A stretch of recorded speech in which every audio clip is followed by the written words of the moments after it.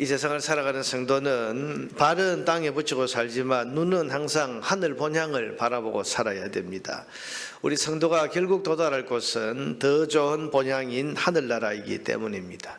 이 땅에서 성도는 아브라함이나 믿음의 선지들처럼 외국인 또 나그네입니다. 그리고 지금 이 세상은 우리가 영원히 머물 수 없는 곳이고 또 영원히 머물려고 해서도 안 됩니다. 이곳은 우리의 영원한 처소가 아니기 때문입니다. 그러므로 성도는 지금 이 세상에서 편안하게 또 영광을 누리며 잘 살기를 꿈꾸기보다는 어떻게든 이 땅에서의 믿음의 선한 싸움을 잘 싸우고 잘 달려가서 영광의 나라 천국에서 하나님께 인정받는 사람이 될 것인가, 이걸 생각하며 살아야 됩니다. 우리는 잠시 있다 사라질 이 땅의 영광을 추구하는 사람이 아니라 영원한 하늘 본향에서의 영광을 더 좋아하고 더 바라보는 그런 사람이기 때문입니다. 오늘 본문은 이런 믿음의 경주를 달려가고 있는 사람들이 끝까지 잘 달려가기 위해서 꼭 알고 있어야 될 세 가지 사실을 우리에게 가르쳐주고 있습니다.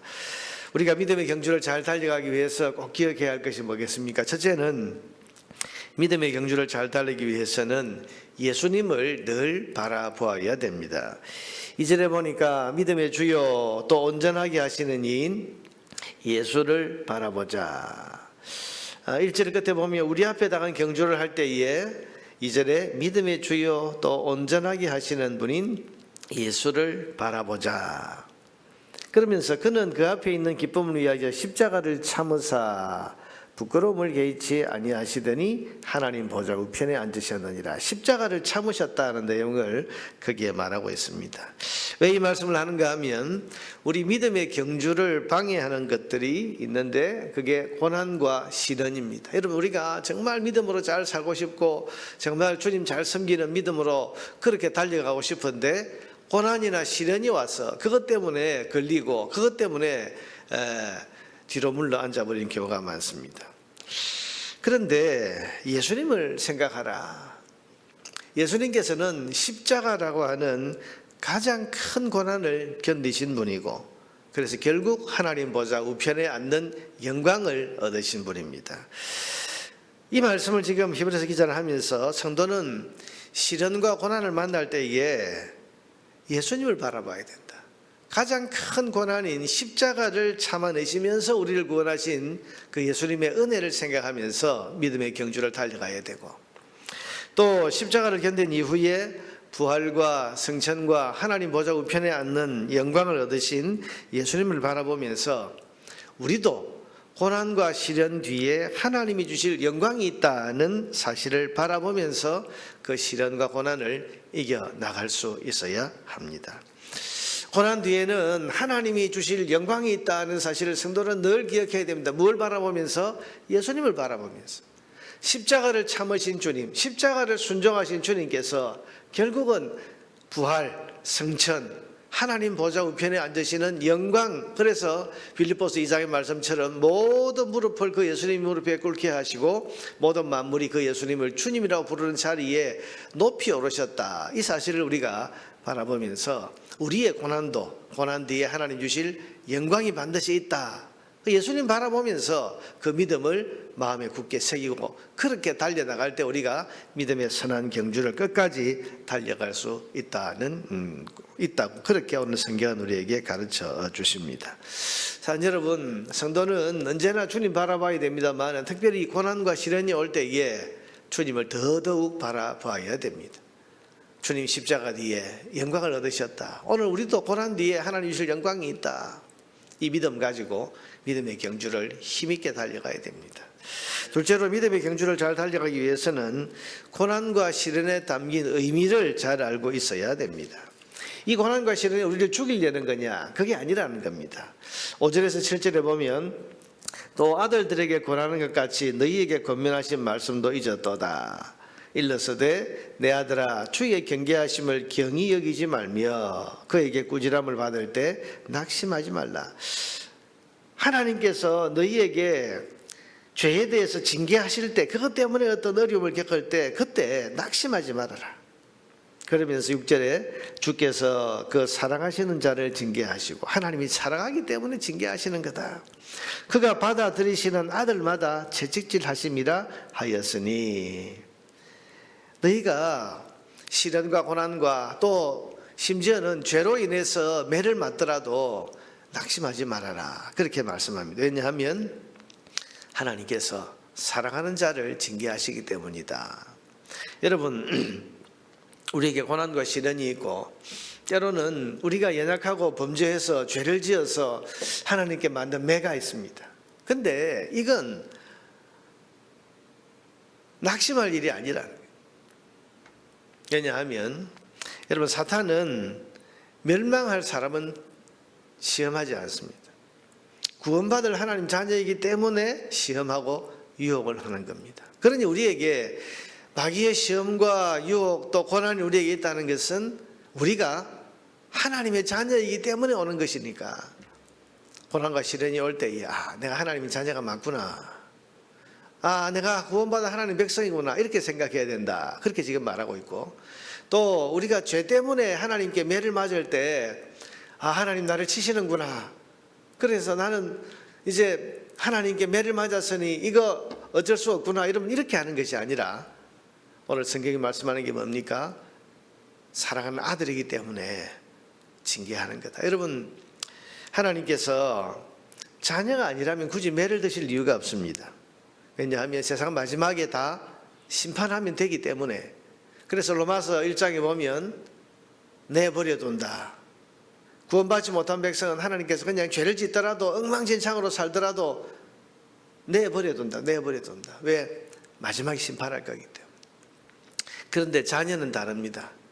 하나님 자녀가 죄 가운데 사는 것을 원치 않으시고, 하나님의 자녀가 하나님은 거룩하게 되기를 원하시고 온전하게 되기를 원하시기 때문에 거룩하고 온전한 자녀로 만들어 가시기 위해서 하나님께서 바로 잡으려고 매를 드시는 겁니다. 그러니 심지어 죄를 지어서 내가 매를 맞는다고 해도 낙심할 일이 아니고, 내가 하나님의 사랑받는 자녀구나, 나 바로 잡으려고, 나 바로 세우려고, 나를 거룩하게 하시려고 하나님께서 나를 포기하지 않으셨구나, 여러분, 그렇게 오히려 생각해야 된다는 것입니다. 여러분, 시련이 있고 고난이 있는 것이 꼭 나쁜 것만은 아닙니다. 그것들이 괴로운 것이긴 하지만, 그러나 그 시련이나 고난 때문에 내가 하나님의 자녀라는 것을 다시 한번 확인하게 되고, 정말 구원받은 하나님의 백성이라는 사실을 깨닫게 되는 그런 유익도 있는 겁니다. 여러분, 우리가 성도로서 믿음의 경주를 달려간다는 것은 결코 편안한 삶이 아닙니다. 편안하지 않은 삶일 수 있습니다. 시련이 있고 고난이 있습니다. 심지어는 하나님 자녀이기 때문에 우리가 조금 범죄하고 마음에 욕심을 품게 되면 하나님이 내리시는 징계도 있습니다. 우리가 뭐 거짓말을 하든지 죄를 짓든지 그럴 때 하나님께서 매를 드시면요, 하나님께서 나를 포기하지 않으셨구나, 하나님께서 나를 온전하게 만들어 가시려고 지금도 일하고 계시구나, 오히려 내가 하나님의 자녀라는 사실을 확인하는 기회로 삼으면서 하나님의 뜻대로 거룩해져야 되고, 온전해지기 위해서 회개하고 죄와의 관계를 끊고, 그러면서 거룩해지기 위한 노력을 더 해 나가야 하는 것입니다. 우리에게 고난이 있을수록, 시련이 있을수록, 또 죄에 대한 징계가 있을수록 더더욱 그 고난과 시련에 담긴 의미를 깨달으면서 온전해지기 위해서, 거룩한 하나님의 자녀로 세워지기 위해서 더 믿음의 경주를 힘써 달려가야 하는 것입니다. 셋째로, 믿음의 경주를 잘 달려가기 위해서는 고난과 시련, 그리고 심지어 죄에 대한 징계를 받을 때에도 결국 이 모든 것은 우리를 유익하게 한다는 사실을 믿어야 됩니다. 10절과 11절에 보면, 그들은 잠시 자기 뜻대로 우리를 징계하였거니와 오직 하나님은 우리의 유익을 위하여 그의 거룩하심에 참여하게 하시느니라. 우리 유익을 위해서 하나님께서 그렇게 하신다. 무릇 징계가 당시에는 즐거워 보이지 않고 슬퍼 보이나 후에 그로 말미암아 연단받는 자들은 의와 평강의 열매를 맺느니라. 유익하게 하신다.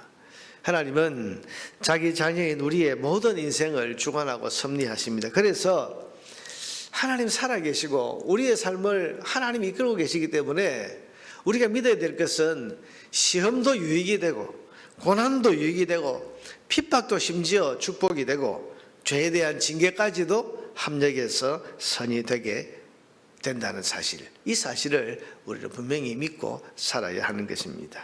무엇이든지 자녀인 우리에게 유익하기 때문에 하나님이 허용하시고 자녀인 우리를 유익하게 하는 것이기 때문에 하나님께서 그렇게 우리에게 그 고난과 시련당함을 허락하시는 것입니다.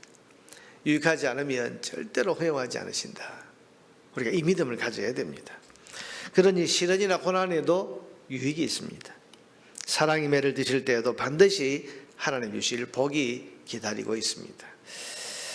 우리 아버지신 하나님은 유익하지 않으면 절대 자녀된 우리에게 시련을 주지 않으시기 때문입니다. 여러분, 이 사실을 분명히 믿는 성도는 시련이나 고난이나 혹은 또 죄에 대한 징계를 당할 때에도 낙심하지 않습니다. 오히려 소망을 가집니다. 우리가 이제 어떤 어려움을 겪는 분들을 만나서 이렇게 위로하기 위해서 만나서 이야기를 하다 보면 이런 믿음을 가진 분이 있어요. 하나님 유익하게 하시지 않겠습니까? 지금 힘들지만은 하나님께서 선이 되게 이끌지 않으시겠습니까? 그렇게 믿음 가지고 그 시련과 고난을 맞이하는, 그 앞에 당당히 서는 그런 성도들을 볼 때가 있습니다. 그 믿음 가지고 달려가야 믿음의 경주를 잘 달려갈 수 있는 것입니다.